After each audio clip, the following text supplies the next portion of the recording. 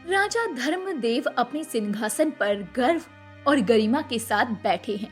उनकी शाही मुकुट सूर्य की किरणों से चमक रही है। दरबार में गहरी शांति है। तभी एक थका हारा धूल से सना गांव वाला घबराते हुए दरबार में पहुंचता है। महाराज, रक्षा कीजिए महाराज। हमारे गांव में दो परिवारों के बीच भारी झगड़ा हो गया है। वो एक दूसरे के खून के प्यासे हो गए हैं। बात खेतों की सीमा और संपत्ति को लेकर है, लेकिन पूरे गांव की शांति भंग हो गई है। ये गांव वाले हमेशा छोटी छोटी बातों को लेकर लड़ते रहते हैं। महाराज को बार बार परेशान करना इनकी आदत हो गई है। राजा धर्मदेव हाथ उठाते हैं। दरबार में सन्नाटा छा जाता है। उनके चेहरे पर गंभीरता और गरिमा झलकती है। ये मामला सामान्य नहीं लगता। खेत और संपत्ति का विवाद परिवारों को दुश्मन बना सकता है और गांव की शांति को खून से रंग सकता है। सत्यवीर, आदित्य, अब समय आ गया है कि तुम अपने नाम को सच साबित करो। ये झगड़ा सिर्फ जमीन का नहीं, इंसानियत और न्याय की परीक्षा है। इसे सुलझाने के लिए तलवार नहीं, समझदारी और दया की जरूरत है। यही मौका है ये दिखाने का कि तुम सिर्फ राजकुमार नहीं, एक सच्चे राजा बनने लायक हो। अब बताओ, क्या तुम इस जिम्मेदारी के लिए तैयार हो? पिताजी, हम आपकी उम्मीदों पर खरे उतरेंगे। हमें ये समझाना होगा कि सच्चाई क्या है और न्याय कैसे किया जाए। हम इसको पूरी निष्ठा से करेंगे। राजा उनकी बात सुनकर गर्व से मुस्कुराते हैं। दोनों राजकुमार अपने अपने घोड़ों पर सवार होकर गांव की ओर रवाना होते हैं।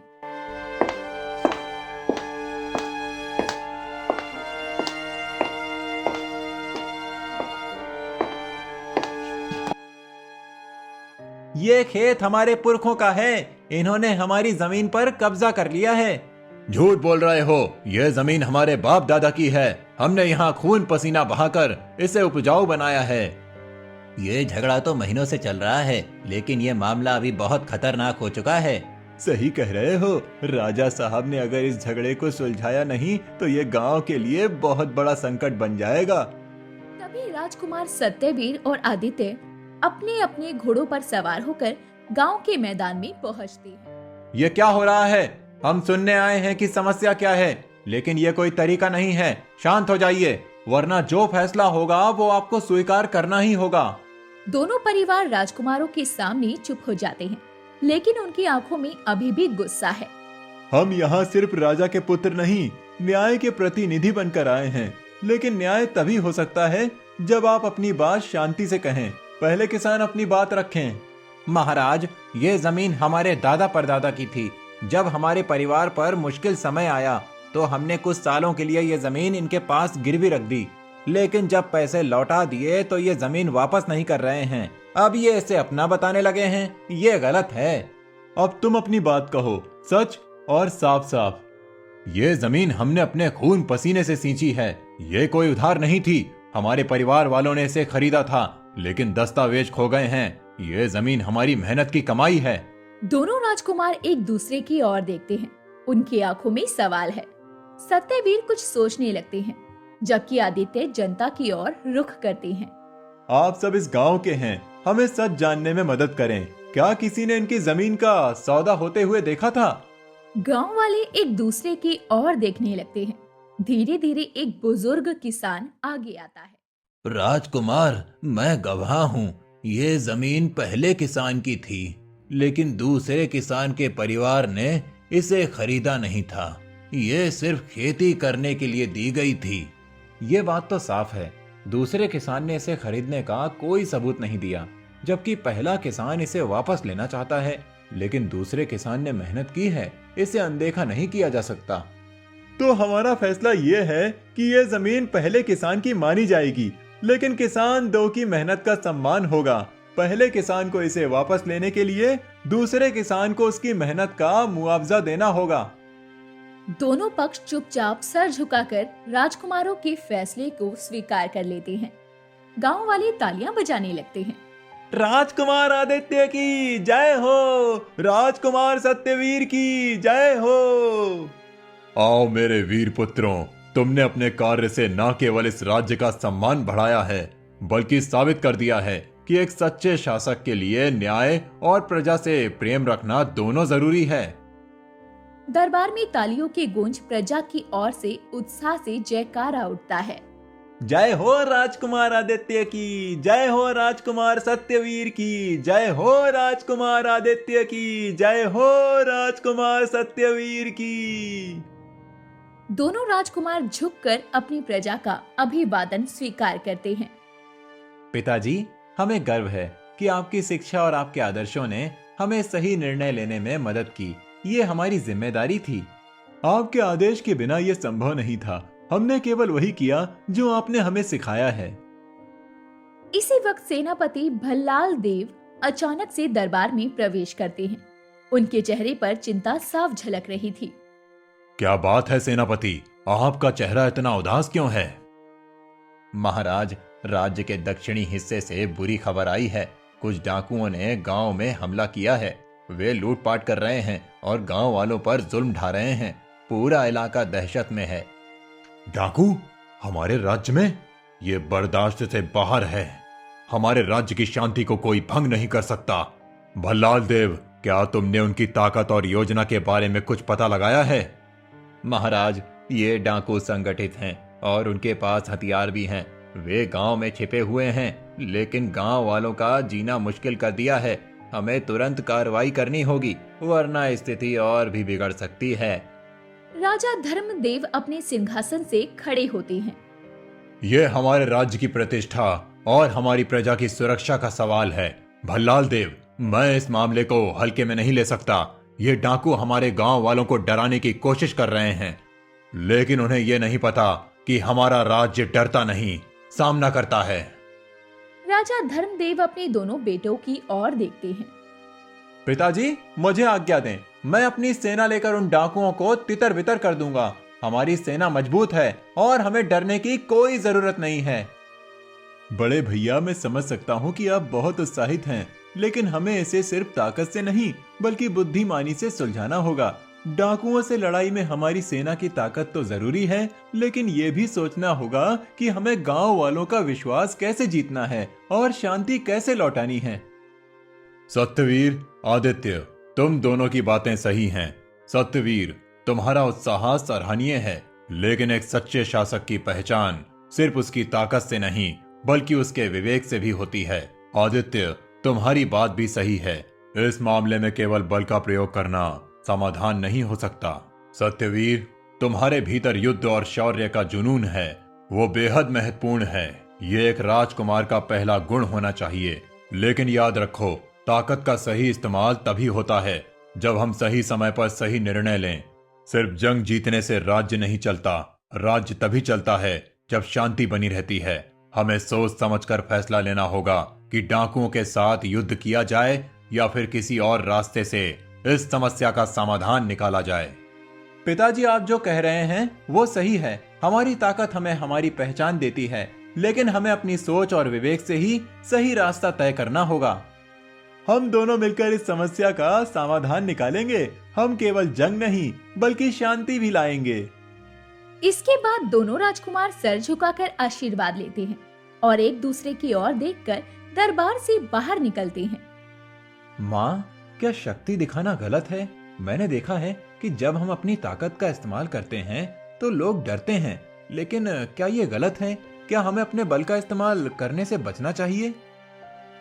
नहीं बेटा, शक्ति दिखाना कभी गलत नहीं होता, लेकिन याद रखो, शक्ति का इस्तेमाल केवल तब करो जब कोई और रास्ता ना हो। जब सभी उपाय खत्म हो जाएं, तब बल का प्रयोग करो। ये शक्ति तुम्हारी नहीं बल्कि तुम्हारी प्रजा की सुरक्षा के लिए होनी चाहिए। लेकिन माँ, युद्ध तो आखिरकार एक रास्ता ही है ना। हमें अपनी सेना को दिखाना चाहिए कि हम कितने मजबूत हैं। क्या हमें ये सब छोड़कर कुछ और रास्ता अपनाना चाहिए? बिल्कुल बेटा, युद्ध केवल एक आखिरी रास्ता है। राजा केवल एक योद्धा नहीं होता, वो अपने राज्य का पिता और मार्गदर्शक होता है। उसकी जिम्मेदारी केवल अपनी प्रजा के भले की होती है। वो न्याय का पालन करता है और अपने राज्य की शांति बनाए रखता है। तुम्हारी शक्ति तभी महान होती है जब तुम उसका सही इस्तेमाल करते हो।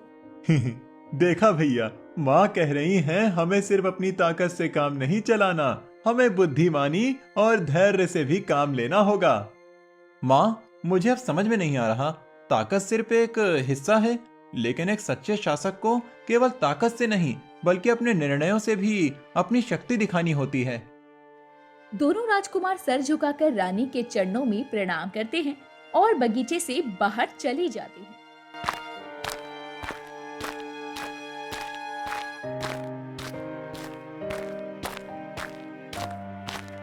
राजकुमार, डाकू हमारे खेतों को जला रहे हैं और हमारा अनाज लूट रहे हैं। हमारे बच्चे भूखे हैं और हम कुछ नहीं कर पा रहे। ये सहा नहीं जाएगा, हमें तुरंत युद्ध करना चाहिए। भाई, क्या हमने गांव वालों की रक्षा के लिए अन्य उपायों पर विचार किया है? तुम क्या कहना चाहते हो?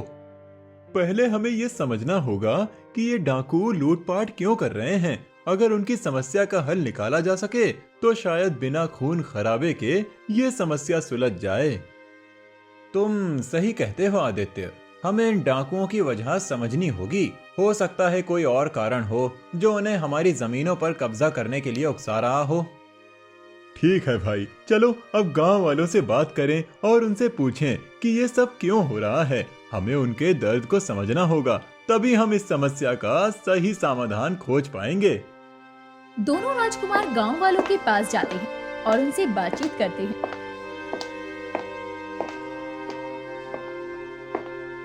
राजकुमार, हमारे पास बहुत कम भोजन है और डाकू हमें डरा रहे हैं कि वो हमारा अनाज और गाय बकरी सब छीन लेंगे। हमें डर है कि वो हमारे घरों को भी जलाएंगे। हमारे बच्चे भूखे हैं और हमारी कोई मदद नहीं कर रहा। हम समझ सकते हैं गांव वालों, हमें ये जानना होगा कि डाकू क्यों लूटपाट कर रहे हैं। क्या उनके पास कोई और समस्या है? डाकू लोग कहते हैं कि उनके पास खाने को कुछ नहीं है, इसीलिए वो हमें लूट रहे हैं। लेकिन हम नहीं चाहते कि हमारे घर जलाए जाएं। हम चाहते हैं कि ये सब रुक जाए। तो क्या आप लोग डाकुओं से बातचीत कर सकते हैं? हो सकता है कि वो सिर्फ भोजन और आश्रय की तलाश में हों। हमें ये पता लगाना होगा कि उनकी समस्या क्या है। लेकिन कैसे राजकुमार? वे बहुत खतरनाक हैं।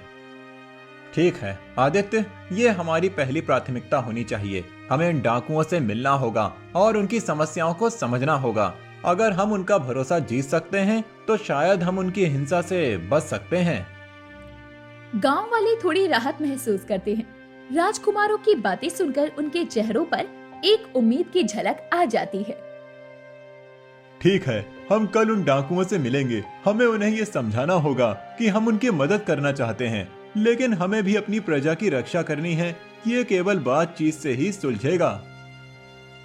आदित्य, तुम बिल्कुल सही कहते हो। हमें ये लड़ाई नहीं बल्कि संवाद से सुलझाना है। यही एक सच्चे शासक की पहचान है। राजकुमार सत्यवीर और आदित्य अपनी गुप्तचरों की मदद से डाकुओं के ठिकाने पर पहुंचते हैं। दोनों राजकुमार जंगल की झाड़ियों से निकलकर डाकुओं के पास पहुंचते हैं और वहां खड़े डाकू सरदार से सामना करते हैं। ये सब तुम क्यों कर रहे हो? तुम्हें यह समझना चाहिए कि तुम अपने ही लोगों को नुकसान पहुंचा रहे हो। हमारी मजबूरी को तुम नहीं समझ सकते राजकुमार। हमारे पास ना तो कोई घर है, ना ही खाना और ना ही किसी तरह का कोई भविष्य। हमारे गांव को शासक ने बर्बाद कर दिया, हमारी जमीनें छीन ली, हमारे बच्चे भूखे हैं और खाने के लिए रो रहे हैं। जीने के लिए इसके अलावा अब कोई रास्ता नहीं बचा। हम मजबूर हैं ऐसा करने के लिए। क्या यह सच है? क्या तुम्हारी समस्याओं का कारण वास्तव में शासक ही है, हमारा राज्य है? हमारा गांव एक समय तक खुशहाल था। हमारे पास बहुत अच्छा खासा अनाज था, हमारी जमीनें उपजाऊ थीं और हमारा परिवार सुरक्षित था। हम लोगों ने डकैती छोड़कर मेहनत करके खाना शुरू किया था। लेकिन जब से शासक ने हमारे गांव की जमीनें बड़े व्यापारियों को बेच दी, हमारी हालत खराब हो गई। एक एक दाने के लिए हम लोग तरसने लगे। शासक ने हमारी मदद नहीं की और हम मदद के लिए गए तो हमें दुत्कारा गया। हम इसीलिए बागी बन गए। जब हमारी किसी को परवाह नहीं तो हम किसी और की परवाह क्यों करें? तो तुम्हारे पास जमीन नहीं बची, इसीलिए तुम लूटपाट कर रहे हो? हाँ राजकुमार, हम अपने बच्चों को भूखा नहीं देख सकते। कोई काम नहीं बचा और हमारी खेती का अस्तित्व खत्म हो चुका है। व्यापारी हमारी जमीनों पर कब्जा करने आए और शासक ने हमसे मुंह मोड़ लिया। हम सिर्फ जिंदा रहने के लिए ये सब कर रहे हैं। सत्यवीर, अगर ये सब सही है तो ये हमारे प्रशासन की चूक हो सकती है। तुम सही कहते हो आदित्य, अगर शासक ने इनकी मदद की होती तो ये हालत नहीं होती, ये दिन नहीं देखने पड़ते। हमें इनके बारे में राजा को बताना होगा। हम समझ सकते हैं कि तुम्हारी परेशानी क्या है सरदार, लेकिन लूटपाट और हिंसा से कोई समस्या का हल नहीं होता। हम तुमसे ये कह रहे हैं कि हम तुम्हारे साथ हैं, लेकिन इसका हल सिर्फ शांति और बातचीत से ही निकल सकता है। तुम सही कह रहे हो कि हम शांति से ये सब खत्म कर सकते हैं, लेकिन क्या तुम्हारी सेना और शासक हमें माफ करेंगे? हम राजा से बात करेंगे, लेकिन तुम्हें भी अपनी गलती का एहसास होना चाहिए। तुम्हारे कृत्य से बहुत से निर्दोष लोग परेशान हो रहे हैं। तुम्हें भी इस बात को समझना चाहिए। अब हम लूट नहीं करेंगे, हम अपने गांव लौटेंगे, लेकिन सिर्फ तब जब हमें न्याय मिलेगा। हम केवल अपना हक चाहते हैं। हम तुम्हारी बात समझ सकते हैं। हम राजा से बात करेंगे और तुम्हारी समस्याओं को सुलझाने की कोशिश करेंगे। अब इसके बाद दोनों राजकुमार महल के लिए वापस लौट जाते हैं। सत्यवीर और आदित्य राजा को पूरी सच्चाई बताते हैं। तुम दोनों ने मुझे जो बताया वो सच है। ये हमारी गलती है, हमसे बड़ी चूक हुई है। हमारे राज्य में कभी भी ऐसी स्थिति नहीं आनी चाहिए थी। जो डाकू आज हमारे गांव में लूटपाट मचा रहे हैं, उनका कहना है कि हमारी नीतियां और गलत फैसलों ने उन्हें ये रास्ता अपनाने के लिए मजबूर किया है। अब वो लूटपाट के अलावा और कर क्या सकते हैं? जब उन्हें ये महसूस हुआ कि उनके पास कुछ नहीं बचा, तो उन्होंने ये रास्ता अपनाया। हमने अपनी प्रजा की मदद नहीं की और उन्हें छोड़ दिया। ये हम पर भारी पड़ा। अगर हम समय रहते सही कदम उठाते तो शायद ये समस्या ना होती। पिताजी, ये हमारे प्रशासन की गलती है, लेकिन अब हम इसे सुधार सकते हैं। अगर हम डाकुओं की बात माने और उनका समर्थन करें तो वो भी सही रास्ते पर आ सकते हैं। हमें उन्हें माफ करना चाहिए ताकि वो शांति से जी सकें। बिल्कुल पिताजी, हमें उनके दर्द और संघर्ष को समझने की जरूरत है। जब उनके पास कुछ नहीं बचा तो वो किसी भी रास्ते को अपनाने के लिए मजबूर हो गए। हम उनके साथ एक समझौता कर सकते हैं ताकि वो भी अपने गांव की ओर लौट सकें और हमें भी शांति मिले। मैंने निर्णय ले लिया है। हम डाकुओं के गांव का पुनर्निर्माण करवाएंगे। उन लोगों को खेती करने के लिए कुछ जमीन देंगे ताकि वो फिर से अपने पैरों पर खड़े हो सकें। लेकिन जो लोग हिंसा में शामिल हैं, उन्हें दंड जरूर मिलेगा। हम इस समस्या को हल करेंगे, लेकिन हम ये नहीं सिखा सकते कि जो हिंसा की राह पर चलता है उसे सजा नहीं मिलेगी। महाराज, अगर हम डाकुओं को माफ कर देंगे और उन्हें पुनः जमीन देंगे तो इससे हमारे राज्य की शांति तो बनी रहेगी, लेकिन क्या ये भविष्य में और समस्याओं का कारण नहीं बनेगा? क्या हमें उनके खिलाफ सख्त कार्रवाई नहीं करनी चाहिए? भल्लाल देव, मैं समझ सकता हूँ तुम्हारी चिंता, लेकिन हमें यह समझने की जरूरत है कि हमें सजा देने के साथ साथ सुधार का भी रास्ता अपनाना होगा। अगर हम उन्हें एक नई शुरुआत करने का अवसर देंगे तो शायद वो फिर से सही रास्ते पर आ सकें, लेकिन ये तभी संभव है जब हम उन्हें दिखा सकें कि हम उनके दुखों को समझते हैं और उन्हें एक दूसरा मौका देने के लिए तैयार हैं। पिताजी, ये एक बहुत अच्छा कदम है। हम उन्हें उनका हक देंगे और हिंसा के लिए जिम्मेदार लोगों को सजा भी देंगे ताकि कोई भी भविष्य में ऐसा ना करने की सोच सके। ये निर्णय बहुत समझदारी का है पिताजी। ये साबित करेगा कि एक सच्चा शासक अपनी प्रजा की पीड़ा को समझता है और उसे राहत देने के लिए हर संभव प्रयास करता है। तभी दरबारी और सेनापति राजा के निर्णय से सहमत होते हैं और इस पर अमल करने के लिए तैयार हो जाते हैं। महाराज, हम तुरंत इस कार्य को शुरू कर देते हैं। डाकुओं को रहने के लिए उन्हें घर बनाकर दे देता हूँ और खेती करने के लिए कुछ जमीन दे देते हैं, अगर आपकी आज्ञा हो तो। जरूर भल्लाल देव, जल्दी से इस योजना को लागू करो। अब हम सबका उद्देश्य केवल शांति स्थापित करना है, अपनी प्रजा को खुशहाल रखना है। इसीलिए यह जिम्मेदारी मैं अपने दोनों राजकुमारों को देता हूँ। राजकुमार राजकुमार सत्यवीर और आदित्य मिलकर डाकुओं के गांव का पुनः निर्माण कराते हैं। डाकुओं के सरदार को अपनी गलती का एहसास होता है और वो राजा से क्षमा मांगता है और राज दरबार जाता है। महाराज, हम आपके सामने अपने सारे पाप स्वीकार करते हैं।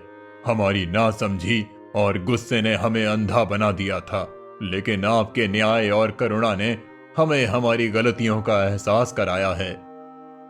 तुम्हारी गलती बहुत बड़ी है सरदार। मासूमों की जिंदगी बर्बाद करना और उनके सपनों को कुचलना माफ करने लायक नहीं है। लेकिन अगर तुम्हें सच में अपनी गलती का एहसास हो गया है तो मैं तुम्हें एक मौका देता हूं। हमें माफ कर दीजिए। हमारे गुस्से और भूख ने हमें हैवान बना दिया था, लेकिन आज हमने सीखा है कि हिंसा का रास्ता हमें कहीं नहीं ले जाता। इसीलिए अब हम प्रेम और सच्चाई के रास्ते पर चलेंगे। ठीक है, मैं तुम सभी को एक मौका और देता हूँ। अगर तुम सच में प्रायश्चित करना चाहते हो तो इस गांव को जिसे तुमने लूटा है उन्हें फिर से खुशहाल बनाने में लग जाओ। यही तुम्हारे पापों का प्रायश्चित होगा। महाराज, आपने हमें नया जीवन दिया है। अब हम कभी भी किसी पर जुल्म नहीं करेंगे, ये हमारा वचन है। याद रखो, सच्चा राजा वही है जो अपनी प्रजा को न्याय और दया से रास्ता दिखाए। यही मेरी जिम्मेदारी है कि हर किसी को जीने का हक मिले, लेकिन ये याद रखना, जो दोबारा गलती करेगा उसे दंड मिलेगा। इसी बीच राजकुमार सत्यवीर और आदित्य राजा के पास आते हैं। पिताजी, आज हमने जाना कि युद्ध हर समस्या का हल नहीं होता। किसी भी समस्या का असली समाधान विवेक और करुणा से ही निकलता है। और ये भी सीखा कि एक राजा का सबसे बड़ा धर्म है अपनी प्रजा की रक्षा करना। उनके अधिकार और जरूरतों को ध्यान में रखना होता है। तुम दोनों ने आज साबित कर दिया है कि तुम सच्चे राजकुमार हो। जब तक ऐसे विचार तुम्हारे मन में हैं, इस राज्य को कोई संकट नहीं झेलना पड़ेगा। कहानी का संदेश। तो दोस्तों, ये कहानी हमें सिखाती है कि हिंसा कभी किसी समस्या का समाधान नहीं होती। बातचीत, बुद्धि और करुणा से हर मुश्किल का हल निकाला जा सकता है। सच्चा नेता वो होता है जो न्याय और दया के मार्ग पर चले और अपनी प्रजा को अपने परिवार की तरह माने।